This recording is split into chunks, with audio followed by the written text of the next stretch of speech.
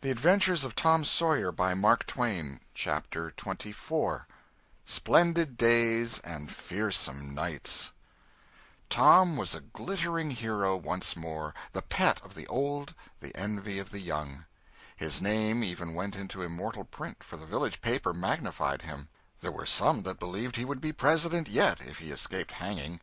As usual, the fickle, unreasoning world took Muff Potter to its bosom and fondled him as lavishly as it had abused him before. But that sort of conduct is to the world's credit, therefore it is not well to find fault with it. Tom's days were days of splendor and exaltation to him, but his nights were seasons of horror. Injun Joe infested all his dreams, and always with doom in his eye. Hardly any temptation could persuade the boy to stir abroad after nightfall. Poor Huck was in the same state of wretchedness and terror, for Tom had told the whole story to the lawyer the night before the great day of the trial, and Huck was sore afraid that his share in the business might leak out yet, notwithstanding Injun Joe's flight had saved him the suffering of testifying in court. The poor fellow had got the attorney to promise secrecy, but what of that, since Tom's harassed conscience had managed to drive him to the lawyer's house by night and wring a dread tale from lips that had been sealed with the dismalest and most formidable of oaths. Huck's confidence in the human race was well nigh obliterated. Daily, Muff Potter's gratitude made Tom glad he had spoken, but nightly he wished he had sealed up his tongue. Half the time Tom was afraid Injun Joe would never be captured, the other half he was afraid he would be.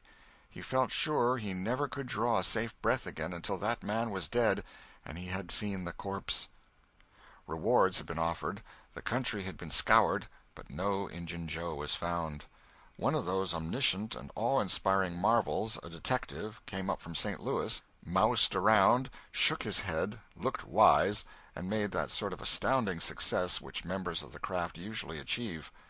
That is to say, he found a clue. But you can't hang a clue for murder, and so after that detective had got through and gone home, Tom felt just as insecure as he was before. The slow days drifted on, and each left behind it a slightly lightened weight of apprehension. End of Chapter 24. Chapter 25. Seeking the Buried Treasure. There comes a time in every rightly constructed boy's life when he has a raging desire to go somewhere and dig for hidden treasure. This desire suddenly came upon Tom one day. He sallied out to find Joe Harper, but failed of success. Next he sought Ben Rogers. He had gone fishing. Presently he stumbled upon Huck Finn, the red-handed. Huck would answer. Tom took him to a private place and opened the matter to him confidentially. Huck was willing.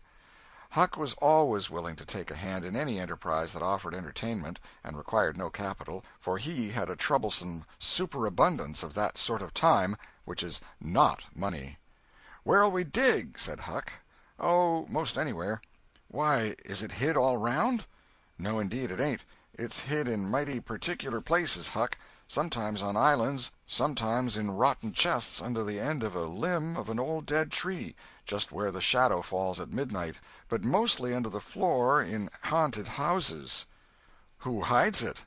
"Why, robbers, of course. Who'd you reckon? Sunday-school superintendents?" "I don't know. If 'twas mine I wouldn't hide it. I'd spend it and have a good time." "So would I. But robbers don't do that way. They always hide it and leave it there." "Don't they come after it any more?" "No, they think they will, but they generally forget the marks, or else they die. Anyway, it lays there a long time and gets rusty, and by somebody finds an old yellow paper that tells how to find the marks, a paper that's got to be ciphered over about a week because it's mostly signs and hieroglyphics." "Which?" "Hieroglyphics. Pictures and things, you know, that don't seem to mean anything." "Have you got one of them papers, Tom?" "No." "Well, then, how are you going to find the marks?" "I don't want to find any marks. They always bury it under a haunted house, or on an island, or under a dead tree that's got one limb sticking out. Well, we've tried Jackson's Island a little, and we can try it again sometime. And there's the old haunted house up the Still House branch, and there's lots of dead limb trees, dead loads of 'em." "Is it under all of them?" How you talk! No! Then how you going to know which one to go for? Go for all of them. Why, Tom, it'll take all summer. Well, what of that? Suppose you find a brass pot with $100 in it, all rusty and gay, or a rotten chest full of diamonds. How's that? Huck's eyes glowed. That's bully. Plenty bully enough for me. Just you give me the $100, and I don't want no diamonds. All right, but I bet you I ain't going to throw off on diamonds. Some of 'em's worth $20 apiece. There ain't any, hardly, but's worth 6 bits or $1. No. Is that so? Certainly. Anybody'd tell you so. Hain't you ever seen one, Huck? Not as I remember. Oh, kings have slathers of them. Well, I don't know no kings, Tom. I reckon you don't. But if you was to go to Europe, you'd see a raft of 'em hopping around. Do they hop? Hop? Your granny. No. Well, what'd you say they did for? Shucks, I only meant you'd see 'em, not hopping, of course. What do they want to hop for? But I mean you'd just see 'em scattered around, you know, in a kind of a general way, like that old humpbacked Richard. Richard? What's his other name? He didn't have any other name. Kings don't have any but a given name. No? But they don't. Well, if they like it, Tom, all right, but I don't want to be a king and have only just a given name like a nigger. But say, where you going to dig first? Well, I don't know. Suppose we tackle that old dead limb tree on the hill t'other side of Stillhouse Branch. I'm agreed. So they got a crippled pick and a shovel and set out on their 3-mile tramp. They arrived hot and panting, and threw themselves down in the shade of a neighboring elm to rest and have a smoke. "I like this," said Tom. "So do I. Say, Huck, if we find a treasure here, what you going to do with your share?" "Well, I'll have pie and a glass of soda every day, and I'll go to every circus that comes along. I bet I'll have a gay time." "Well, ain't you going to save any of it?" "Save it? What for?" "Why, so as to have something to live on by and by." "Oh, that ain't any use. Pap would come back to this yer town some day and get his claws on it if I didn't hurry up, and I tell you he'd clean it out pretty quick. What you going to do with yourn, Tom?" "I'm going to buy a new drum, and a sure enough sword, and a red necktie and a bull pup, and get married." "Married?" "That's it." "Tom, why, you ain't in your right mind." "Wait. You'll see." "Well, that's the foolishest thing you could do. Look at Pap and my mother. Fight! Why, they used to fight all the time. I remember mighty well." "That ain't anything. The girl I'm going to marry won't fight." "Tom, I reckon they're all alike.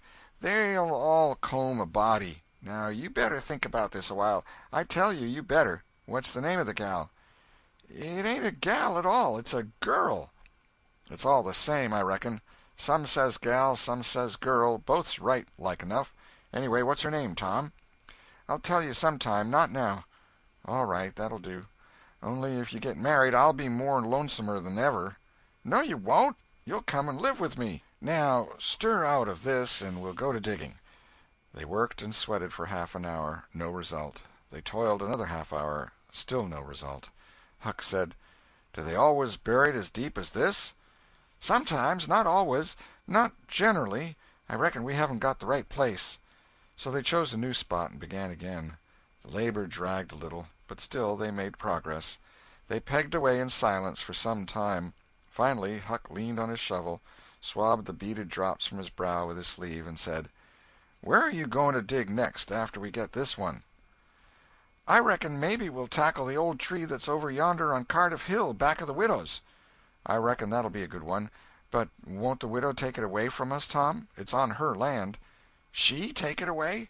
Maybe she'd like to try it once. Whoever finds one of these hid treasures, it belongs to him. It don't make any difference whose land it's on." That was satisfactory.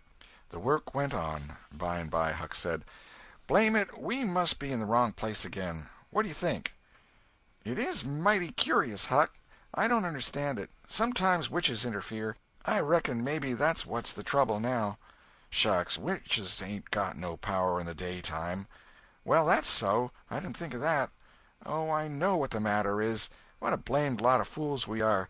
You got to find out where the shadow of the limb falls at midnight, and that's where you dig." "Then, consound it, we fooled away all this work for nothing. Now, hang it all, we've got to come back in the night. It's an awful long way. Can you get out?" "I bet I will. We've got to do it tonight, too, because if somebody sees these holes they'll know in a minute what's here, and they'll go for it." "Well, I'll come around and mow tonight." "All right. Let's hide the tools in the bushes."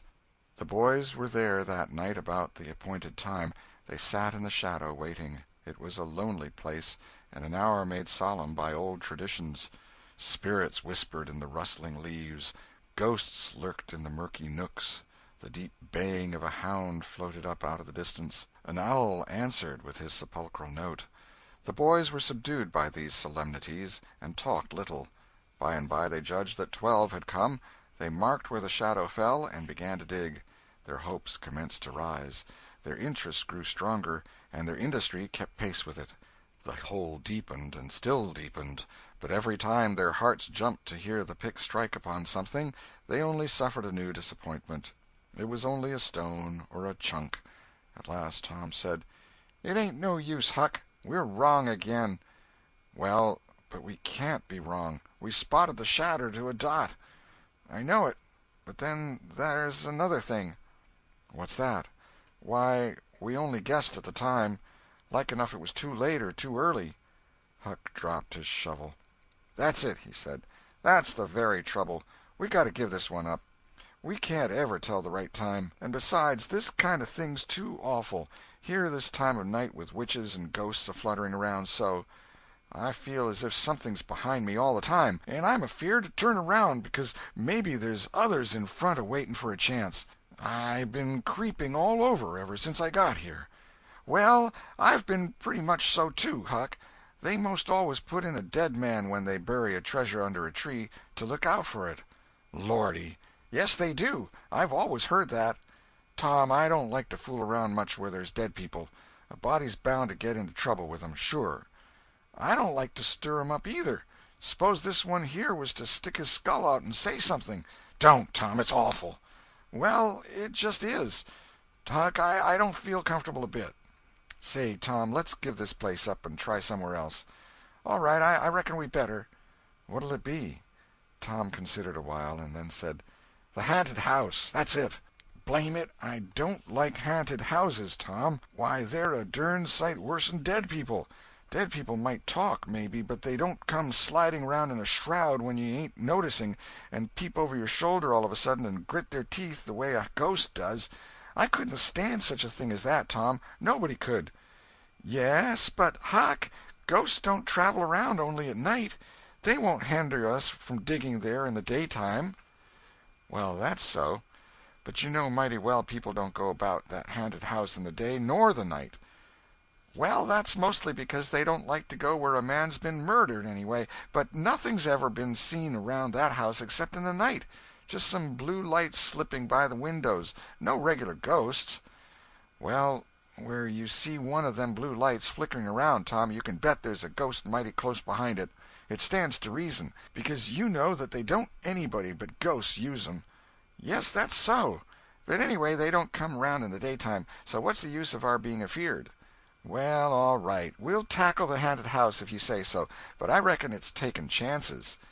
They had started down the hill by this time. There, in the middle of the moonlit valley, below them stood the haunted house, utterly isolated, its fences gone long ago, rank weeds smothering the very doorsteps, the chimney crumpled to ruin, the window sashes vacant, a corner of the roof caved in. The boys gazed a while, half expecting to see a blue light flit past a window. Then, talking in a low tone, as befitted the time and the circumstances, they struck far off to the right, to give the haunted house a wide berth, and took their way homeward through the woods that adorned the rearward side of Cardiff Hill. End of chapter 25.